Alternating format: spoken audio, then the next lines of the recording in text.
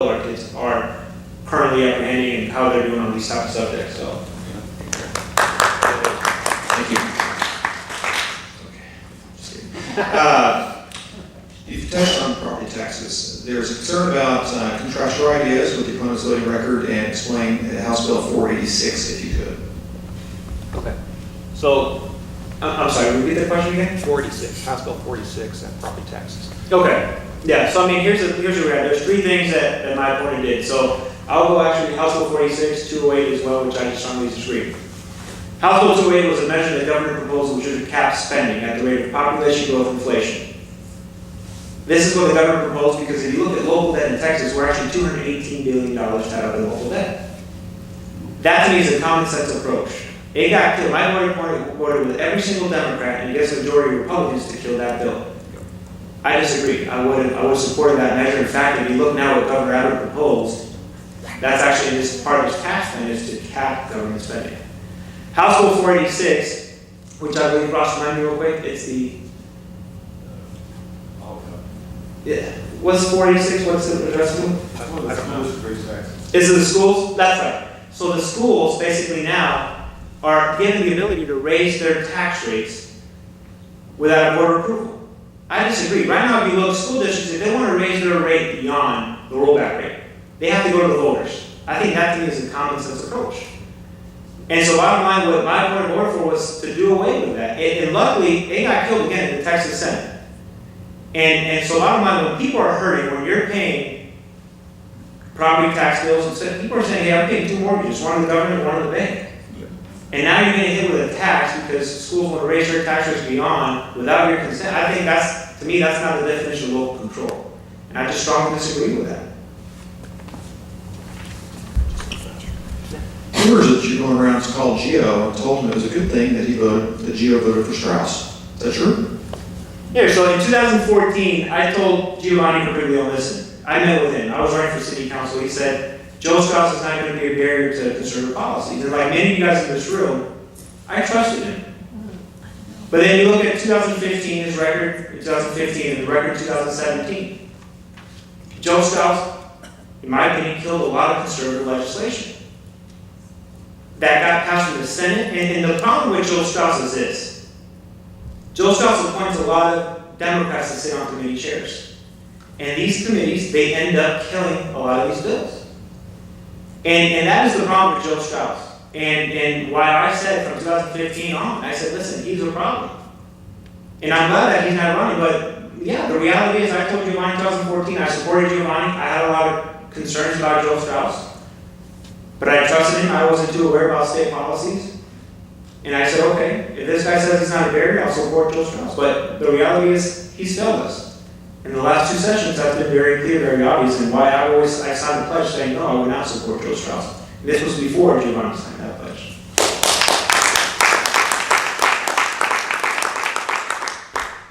Where do you stand on, I'm assuming it's House Bill 211. You know what that is offhand? No. Question. Who wrote the question? 211. What is 211? 211 is the program where people can call in, like a 911 number. Ah, okay. Okay, and it's kind of up for grabs and being pushed around, and I just wanted to know where you called about that. Say it again, I'm sorry. House Bill 211? No, 211. It's the 211. It's like 911 or 411. 211 would be a phone number people can you call for what purpose? all kinds of reasons. If anyone in this room says, gee, I need some information about where to find something. So it's the telephonic Google. Okay, search engine. Okay. You have an opinion on that, or you don't have to. Yeah, I don't know too much about it. I will look into it, and I can meet with you after. That you do. Yeah, House Bill 211, what you're saying 211. Well, it's just the system of 211. Yeah. Okay, and money is being taken away. Programs are being sent to Houston. When people call in, the people in Houston answer the phones, and they can only give you what's on the screens in Houston, not necessarily in Tarrant County. So folks up here don't get the help that they should. And I'm just asking. Yeah, to look at. Take a Okay. look. Yeah, Sure. sure. Can we wait? let me get through everything else. We have some really good questions, like 4 of them. So, just give you the opportunity here. So it says you have a Muslim background, and not that it matters, to say for clarity, what is your background? I know, yeah, I mean, I'm Catholic. I've been Catholic my entire life. In fact, ironically enough, I go to the same church as my opponent does. We go to Good Shepherd, which is here in Colleyville. And in December, my daughter got baptized. And so I'm Catholic. I don't know why that gets brought up in election season. I figured you got a funny name, and I guess Armin Mizani is a funny name, but the reality is I'm Catholic my entire life, and my mom is Cuban. And if you know anything about Hispanics and Cubans, I mean, we're very pro-life, and we're driven by our faith. And so ultimately for me, listen, I think my faith and my relationship with God, I think it's what guides me as a person, as a husband, as a father, as a leader, and it's what would guide me also as a legislator. And yeah. What I heard was stereotyping about Latinos. So that's okay. Yeah. That's to be in the next mailer. Yeah. Is there a thing as a granny tax? Yeah. So it's, listen, this, and you've seen the mailers. It's where Armin's trying to scare your grandma, and then we've got a mailer where we talked about the bill, and which he voted for. I'm not trying to scare your grandma. I'm just trying to, educate our constituents and educate grandma that this bill is bad. What Giovanni voted for is this bill that would have essentially taxed our nursing care facilities. And for the average nursing care facility in the state of Texas, it would have meant about $500,000 in new taxes. What my opponent's going to tell you is that no, this tax wasn't on the senior citizens living in nursing care facilities, it's on the facility itself. Any person knows that if you tax the facility, it's going to get passed on to the consumer. And so if this bill were such a good bill, like he makes it out to be, then why did the Texas Senate kill the bill? Why did the governor say, listen, I'm not going to sign this bill? And so, listen, if you're a senior citizen, especially living in a nursing care facility, I think you're amongst the most vulnerable members of society because you are on a fixed income and you're depending on Social Security. And to assess them a new fee, a reinvestment fee, I think that's wrong. And frankly, I would have voted strongly against that from the very beginning.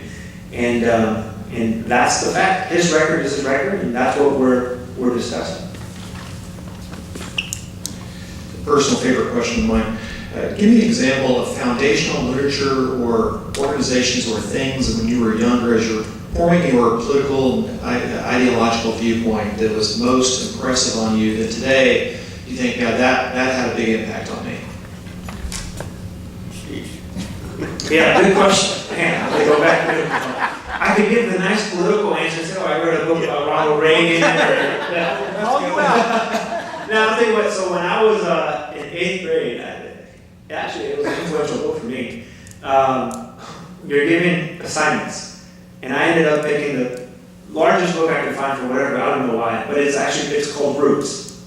And they made a movie about it, it's a good book, and I think that book ultimately had a lot of influence on me because it kind of talks about someone's journey and his family background and his ancestry and what they overcome to present folks with opportunity for future generations. And that's part of the reason why I enjoy public service. From the very beginning, I guess since I was in 8th grade. And I remember the teacher, I still remember this because the teacher said, are you sure you want to read that book? I think it's literally like 500 pages or 480 pages. It's a big book. And so she allowed me to condense it in 2. Luckily for me, it was a reading project. But I've enjoyed it. And I think that book, there's always things in life that kind of, so for whatever reason, it kind of catches, whether it be a movie or a book, whatever the case may be. But ultimately for me, because of my family experience and my background, I kind of gravitated towards that. And yeah, that was a good, I don't know. Yeah, I'll tell you, they did not make up these questions. I don't even know. One more philosophical question.